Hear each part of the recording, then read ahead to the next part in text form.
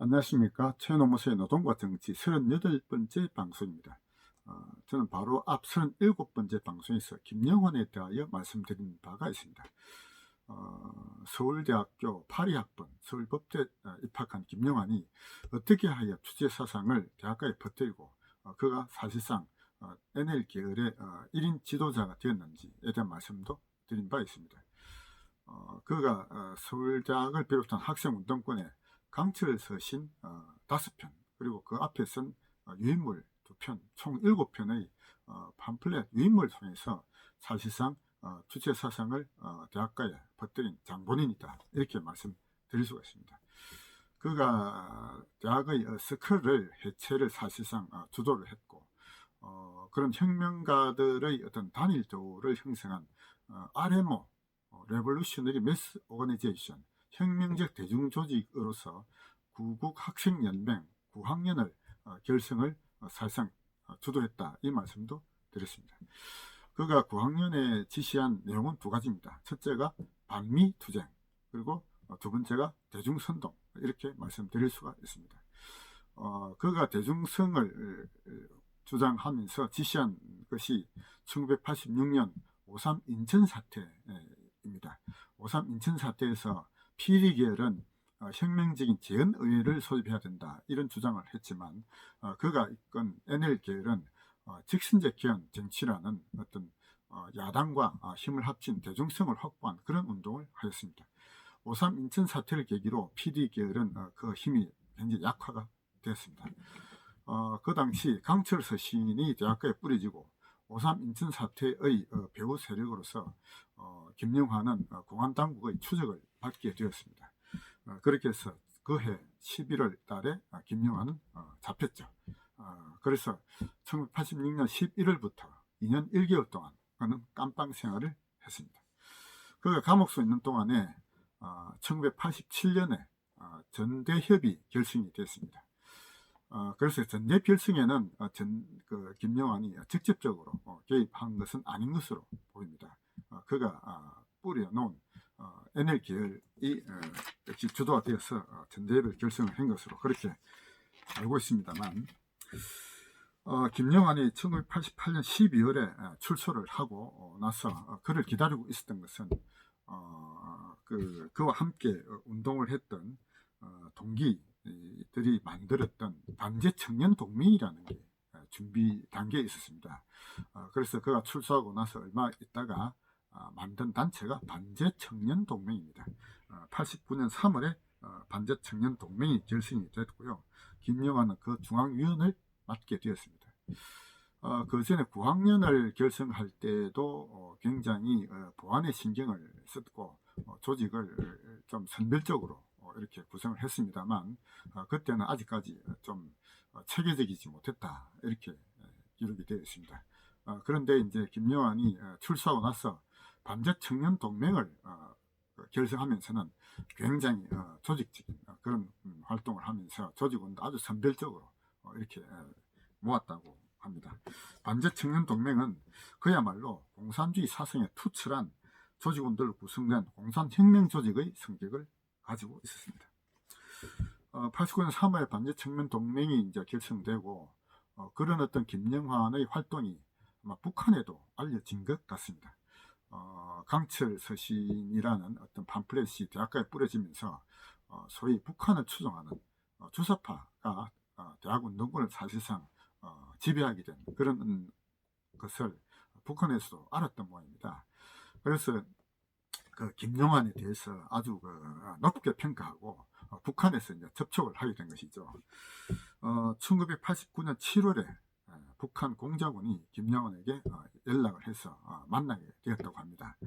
그의 이름은 윤택림이라고 되어 있습니다. 그래서 북한 공작원 윤택림과 접선한 김영환은 그 노동당에 입당을 하게 됐고요. 그 어떤 그 대호를 관악산 1호 암호명을 받았습니다. 그래서 그때부터 북한에서부터 이제 오는 방송을 통해서 북한의 어떤 지령을 수시로 받았던 것입니다. 그런 이제 활동을 하다가 북한에서 이제 김영환으로 하여금 북한 한 방문해라라는 권고를 받게 되고 김영환은 그것을 따라갑니다. 그래서 김영환이 91년 5월에 북한을 방문하게 됩니다. 그 자신이 그 이전에 북한을 아주 낙원으로 묘사를 한 바가 있습니다. 그가 북한을 어떻게 묘사했는지를 한번 읽어보겠습니다. 그가 쓴 강철 시리즈에 나오는 문구입니다. 북한에서는 사람들이, 특히 노동자들이 얼마나 풍족하고 편안하게 살고 있고 강압에 의해서가 아니라 강한 자발적 의지를 갖고 노동하고 있으며 단순 작업을 반복하고 있는 것이 아니라 자신의 창의력을 충분히 발휘하고 협의와 협조를 통해 생산 활동을 수행하고 있다는 것, 생산력과 생활 수준, 문화 수준이 매우 높다는 것, 농민들이 기계를 사용하여 얼마나 편하게 농사 짓고 있고 병원과 도서관이 없는 마을이 별로 없을 정도로 복지시설이 발달되어 있다는 것, 민중이 폭넓은 민주주의적 권리를 보장받으면서 정치에 참여하고 있다. 이렇게 북한을 묘사했습니다. 그러니까 김영환이 생각한 북한은 이런, 어떻게 보면 낙원 같은 곳이었죠. 그런 것을 묘사를 하고 그런 북한에 대해서 아주 강한 어떤 애정을 가지고 있었다. 이렇게 볼 수 있습니다. 그래서 북한 공작원으로부터 이제 북한에 한번 그 방문을 하자는 요청을 받았을 때 김영환은 성큼 그에 동의를 하고 따라간 것이죠. 그래서 이제 북한의 김영환은 91년 5월 달에 북한을 방문하게 됩니다. 그런데 이제 문제는 북한을 방문하고 북한을 거의 17일간 북한에 있었다고 하는데요. 그때 김일성도 2번 면담을 하고 북한 학자들과 또 토론을 또 시도해 보기도 하고 북한 주민들과 이렇게 접촉도 하고 이런 이제 경험을 함에 따라서 그가 가졌던 북한에 대한 환상이 사실상 깨어졌던 것입니다. 예. 차라리 북한에 가지 않았다면 그 환상을 그대로 유지하고 있었을지는 모릅니다만 북한에 김영환이 가서 북한의 김일성과 만나고 북한을 경험하고 나서 사실상 북한 사회가 그전에 자기가 북한에 대해서 묘사한 지상낙원과 같은 곳이 아니었다 하는 것을 그때 김영환은 실제로 깨닫게 되는 것이죠. 그런데 북한에서 이제 김영환이 와서 그때 이제 40만 달러라는 이제 공작 자금도 받고 권총도 받고 이렇게 받아왔다고 합니다. 그런데 이제 그때 김영환이 사실상 북한에 대한 어떤 그 실망감 이런 걸 느꼈다고 합니다만 그가 사실상 이제 그 주체 사상을 우리 대학가에 전파하고 이런 운동을 계속 해왔지 않습니까? 자기만 하루아침에 그 운동을 그만두기가 아마 어려웠던 것 같습니다. 김영환의 마음속에는 그런 인민이 주체가 되는 창의성을 가진 그런 진정한 어떤 지상낙원에 대한 꿈은 여전히 가지고 있었던 것 같아요. 그래서 북한이 그런 사회가 아니라고 하더라도 그런 사회로 만들어야 되겠다라는 생각을 아마 그 당시 가졌던 것 같습니다. 그래서 김영환은 남한에 와서 지하당을 건설했습니다. 그 지하당의 이름이 민혁당입니다. 1992년 3월달 민족혁명당이 준말인데요. 민혁당을 김영환은 만들게 되고 거기 중앙위원을 맡게 됩니다. 민혁당 밑에는 위원회가 몇 가지 있었습니다. 지역적으로 영남위원회, 경기남부위원회, 전북위원회 이 3개의 위원회가 있었고요. 경기남부위원회 위원장이 우리가 잘 아는 이석기입니다. 이석기가 그 위원장을 맡았다고 합니다. 그리고 이제 김영환은 전체를 이제 지도하는 중앙위원회 자리에 있었습니다만 전북위원회를 또 자기가 맡은 것으로 알고 있습니다. 그럼 민혁당은 그 반제 청년 동맹이 사실상 당으로 전환된 것이다 이렇게 볼 수가 있습니다.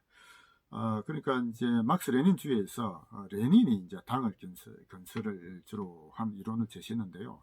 어쨌든 당을 건설해서 이제 그런 전위적 당이 노동자 계층을 이제 지도하고 이렇게 해서 이제 공산혁명을 이끄는 그런 역할을 해야 된다 이런 이제 방향이었는데 어쨌든 이제 김영환은 북한에 갔다 와서 북한에 대한 실망은 많이 하였습니다만 그가 바랐던 이상향 그런 소위 주체 사상을 기초로 한 지상낙원을 건설하겠다는 그런 꿈은 그때도 아마 버리지는 않았던 것 같습니다.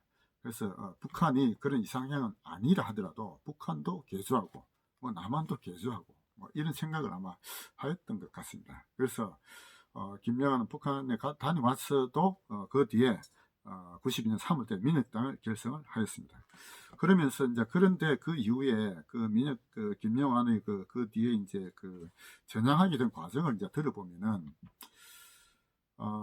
북한에서 탈출한 탈북자들 얘기들을 들으면서 그런 많은 얘기들을 들으면서 차츰 정말로 이건 아니구나.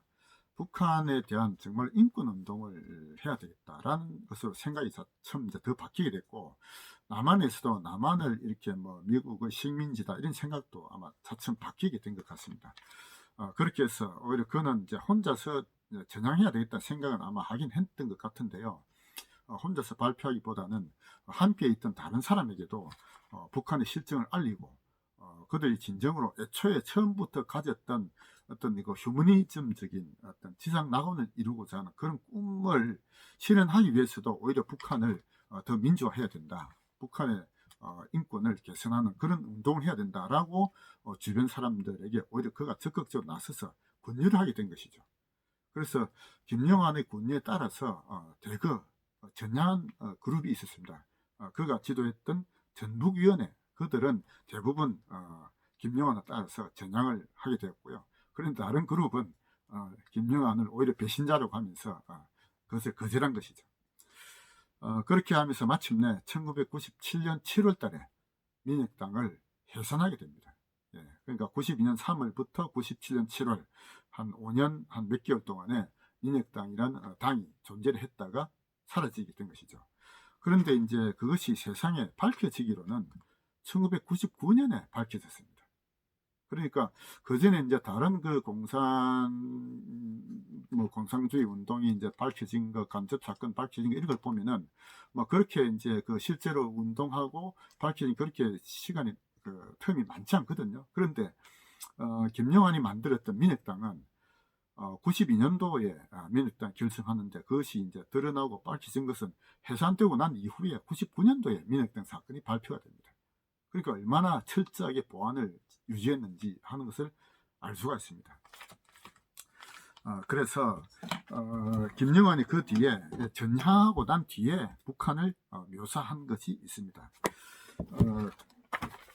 이 책에 김영환 시대 정신을 말하다라는 이 책에서 김영환이 이제 북한에 대한 언급을 한 글이 있는데요. 제목은 이렇습니다. 북한의 수령론은 완전한 허구이자 거대한 사기극이다. 이런 제목 하에 북한을 어떻게 규정을 했느냐 하면은 이렇게 되어 있습니다. 첫째, 북한에선 기본적인 인권이 전혀 보장되고 있지 않다. 둘째, 관료주의가 극심하다. 셋째, 부정과 부패가 극심하다. 넷째, 무능과 비능률로 가득 차 있다. 이렇게 이제 북한을 묘사하고 있습니다. 그러니까 그가 강철 시인에서 북한을 묘사한 아주 지상낙원같이 묘사한 그것이 얼마나 잘못된 것인지 하는 것을 이제 뒤에 있어야 고백을 하게 된 것이죠. 그렇게 이제 김영환은 전향을 하고 북한 인권 운동에 지금 몸을 바치고 그와 함께했던 동지들이 이제 그런 쪽에 일을 함께 하고 있는 것으로 알고 있습니다. 이 방송에서는 김영환이 어떻게 해서 전향하게 됐는지까지 말씀드렸습니다. 감사합니다.